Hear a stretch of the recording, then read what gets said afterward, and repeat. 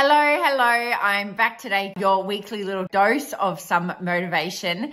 And speaking of motivation, it's something really important that I want to talk to you all about is about feeling motivated. I've heard quite a few people saying in the last week or so that they are struggling with their motivation. I just think it's a really important topic to talk about, to understand how to get over it when we are feeling unmotivated. The thing is I think we all run, we all are waiting for this big jump in energy, or to feel a certain way before we do, to get started or to keep us going if you've maybe dropped off from your classes and you want to get back into it. But the thing is that that type of motivation, it could never be there. It could never be there, but you could waste 6 months of your time waiting for that perfect moment or waiting for you to be motivated enough. And, I love exercise. I know how important it is, but, there's lots of times that I would prefer to do something else. And, I do have to kind of push myself to do it and to get going.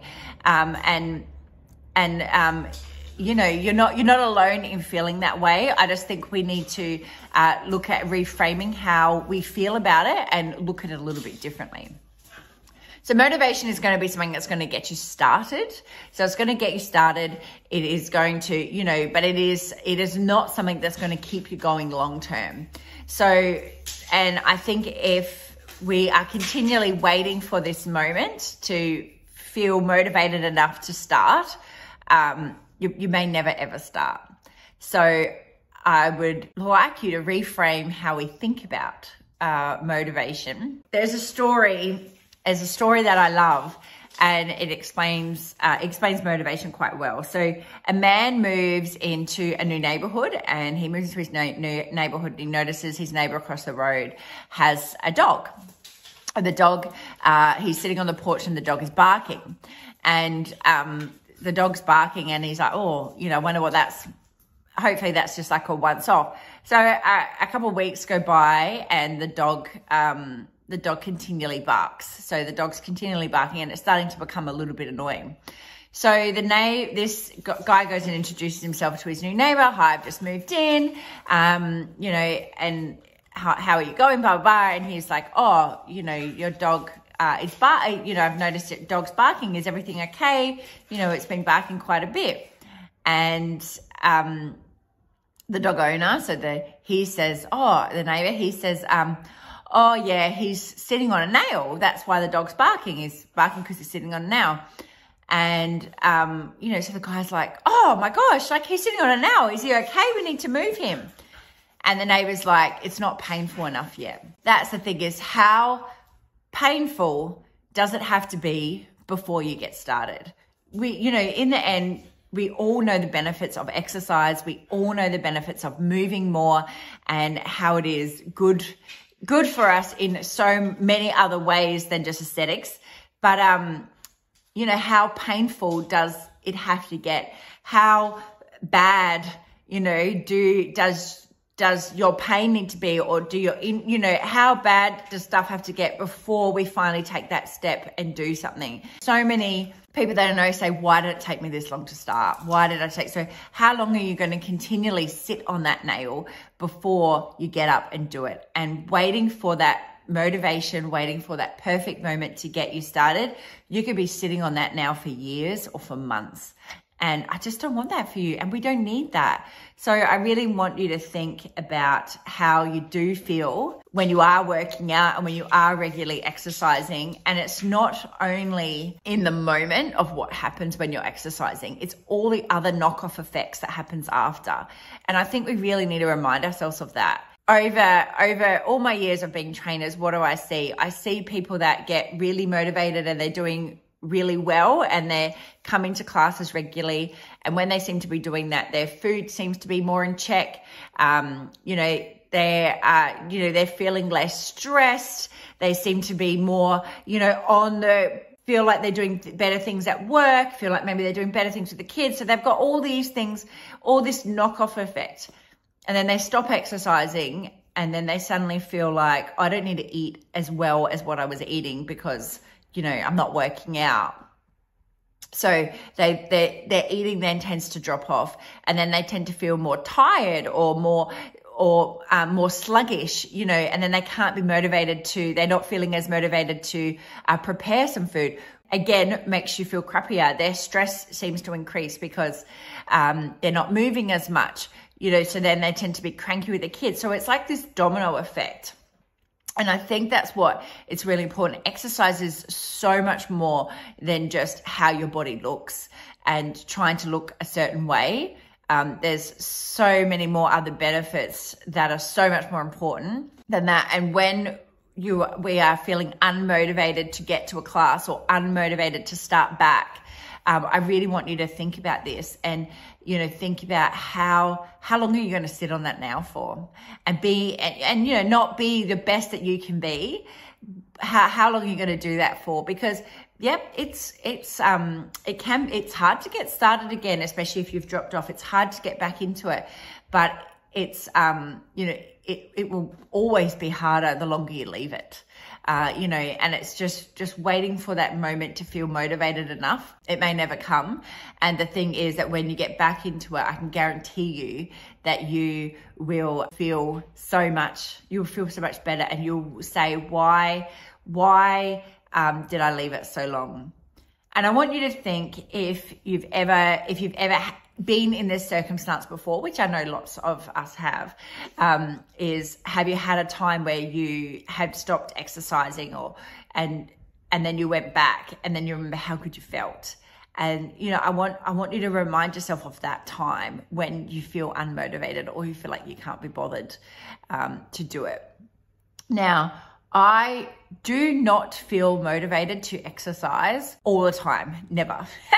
I find it harder, I think, sometimes because I'm training everybody for such long times. When I finish training everyone, the last thing I actually want to do is train myself. So saying that you're struggling with motivation or you're struggling to do it is something I'm very familiar with, and it is a little battle that I have in my head. So what I do is, it's a battle I have, but I never give in to it. These are the things that I do, and why I do then end up working out and making sure that I do something. I know how important it is. It is something that, you know, I spend a lot of time training everyone else. So by the time that I finish, I don't want to be in the gym anymore.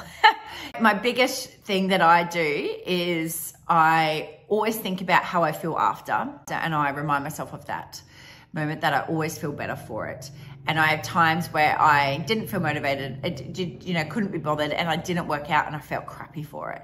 So I remember those times, and the more times that I've done it, the easier it is to, you know, I remember how crappy I felt, so I don't continue with it because I felt crappy, so I don't want to feel that way. It's more of that habit, you know, I'm keeping that habit up of my exercise. So I remind myself of that. I remind myself of how good I feel when I finish. I always go back to my why. So I go back to my why, and my why, that's so when we're looking for your motivation, it's really digging deep, because motivation can be very just surface level. So I want you to dig deeper and to really understand why you're actually working out and what you want to get from it. And you'll get so much more when you understand this. So my why is that I want to live a good quality life. And I believe the fitter and the stronger that I am will prevent me from injury, diseases, aging, and it will give me the best chance. If I get sick at any point, the fitter and stronger I am, the more muscle mass I have, the more my body will be able to fight whatever illness I have, if I happen to get that. If I got injured or sick or was in an accident or something, again, by being fitter and stronger, I'm giving my body a better chance. So I believe that by, you know, eating well and exercising, maintaining and, you know, focusing on muscle strength, I believe by having all of those things, it is going to give me a better quality of life. I want to be an 80-year-old that is still running around doing things. I don't want to be an 80-year-old in a home like my gram. So that is my motivation. I remind myself of that why when I feel unmotivated. I remind myself of this is actually why you're doing this. And by not doing it, I'm not aligning myself with that. You know, the work does have to start now the work has to start now for then. You can't, if you're trying to gain strength and that at 80 years old, you know, it's a lot harder than what it is to start doing it when you're younger. It's never ever too late, you know, but there's a point where, you know, you've already had injuries, or, you know, you haven't rehabbed them or any of those things. So that's why all of that stuff is so important. And I remind myself of that constantly when I feel unmotivated. We were just away, and when we were away for a week, I joined the gym that was on the ship. I joined the gym there, and I deliberately chose the classes because I was on my own and I had the kids with me, and I knew. So before I went away, I had already pre-planned how I was going to fit exercise in. So normally when we go away, like I would go to a gym, or I would exercise, you know, if we're not in a place where there's a gym, I would go outside and run or do something like that. But obviously Lee's normally with me, but this time Lee wasn't with me, so I knew I had to make something work with the kids. But I thought about it and I planned it before I went. I knew how crappy I would feel if I didn't do anything. I knew that I needed to have something in place because it was only me and the kids, so I knew that, and they won't go to kids club or any of those things.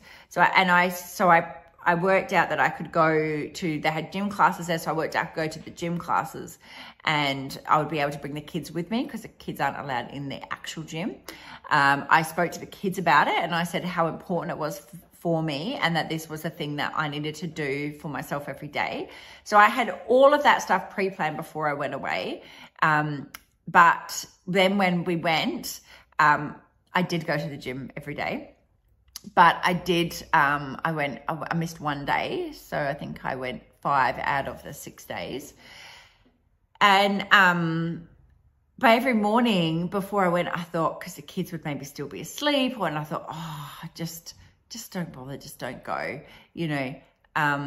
But then I had to remind myself of all of those things, and I would just get up and do it.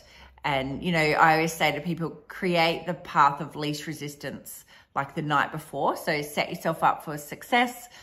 So, you know, I would always have my things laid out the night before so that I had, you know, it was the easiest route for me to get out the door.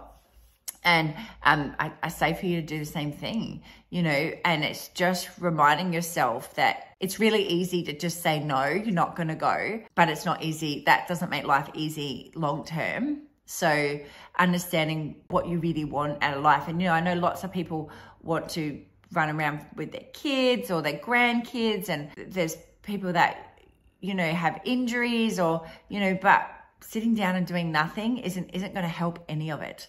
It's not going to help you in the long term. It's just going to keep you stuck where you are. So when we feel unmotivated, you know, we feel like we can't be bothered. I want you to think of all of these things and just get up and do it. Now they say, you know, your motivation does get you started, but it's creating habits that's going to keep you there long term.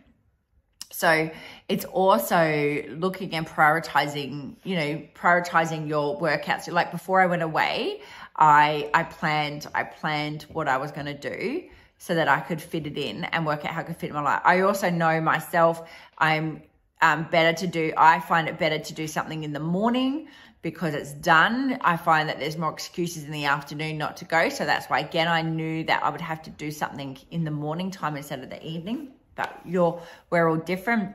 When I used to live in Scotland, I used to go to the gym after work, and I used to walk. I used to carry my gym stuff to work. So leave my house, go to the train station, go to work, come back, walk past my house. So I could have easily not carried all that stuff with me, but I would go past my house to go to the gym because I knew that if I went home to get changed, I just wouldn't go back out. So again, it's the same thing, finding something like, oh, you know, I'm going to come to the evening session or the 4 o'clock session. Well, I need to come straight from work or straight from here because if you know, are you more likely to not go back out if you go home? I know that's what I am. So I did stuff like that. So, you know, and like we said, with habits, the longer that you miss, the harder it is to get back, the harder it is to restart. And that's what I want you to think. They say, miss one session, that's fine. Miss two, you know, you're then starting to create a new habit for you to not go. Miss three, you know, you're then reinstalling this new habit of not going. So it's really important to keep yourself moving, to keep yourself going in those times when you just feel like you can't be bothered, because and just keep the routine up. Show up. It might not be your best workout. You might not be, but do you know what? I've never had anybody come and leave and say, I feel worse off for being there. You know, I haven't. And, you know, it might not be perfect, but as everyone knows, there is always, in our classes, there is always an alternative of what you can do. There is always something that we will make you move in a way that is safe, that you won't hurt yourself, and you will feel better for it. And the more times you leave it, the longer it is, it just gets harder to go back. And we want to hide and just not return, you know. And again, I know the feeling. I understand it. I've been there myself millions of times. And but you know, the more times I've done it, the more times I you know, you got to learn the lessons and don't repeat it. And now, you know, I give myself a little pep talk, but I have to give myself a pep talk. I know all the stuff. I know how important it is, but I still have to give myself the little pep talk. And, you know, I'm really conscious of the habits of not letting things drop off, because again, they drop off. It's harder to get it started back again. So keep this video as a little reminder when you are feeling a little bit unmotivated. The other thing is, come and speak to us. We're here for you. You're not alone. And, you know, sometimes just getting how you're feeling off your chest, especially when we're not feeling the greatest, we're not feeling motivated, you know, getting it off your chest. You know, it's really good to sometimes get a different perspective, because sometimes we create these little ideas in our head of things, and they're maybe not quite how we're seeing it, or we should, you know, like, yeah, it's not quite that way. And sometimes you just need somebody from the outside to point that perspective out. I want to see everybody not looking for motivation. You know, just think about it as I am creating habits, and I'm creating the habits because of the lifestyle I want to live. I also say, when people say, I don't have enough time to exercise, you know, or I can't find the time. You know, if I offered you, you know, $1 million for every workout you did, I can guarantee you that you would find the time for it. It's just, how important do you make this stuff to you? Because we all have the time in some way. You know, there's some people that turn up to an hour class, but they only do half an hour because that's all they can do, but they still turn up. Your health is worth more than $1 million. Your health is worth, and your life is, and your, you know, family and all the things that are important to you around you are worth all more than that. We just need to start valuing it in that way, and knowing that that's why we're doing this, and we're moving. So I'm going to love yous and leave yous, and I look forward to hearing from you all. If this has helped you in any way, if you suddenly feel a little bit more motivated, you know, or we're ready to get ourselves started. So let me know what you think and how we go. Okay, bye.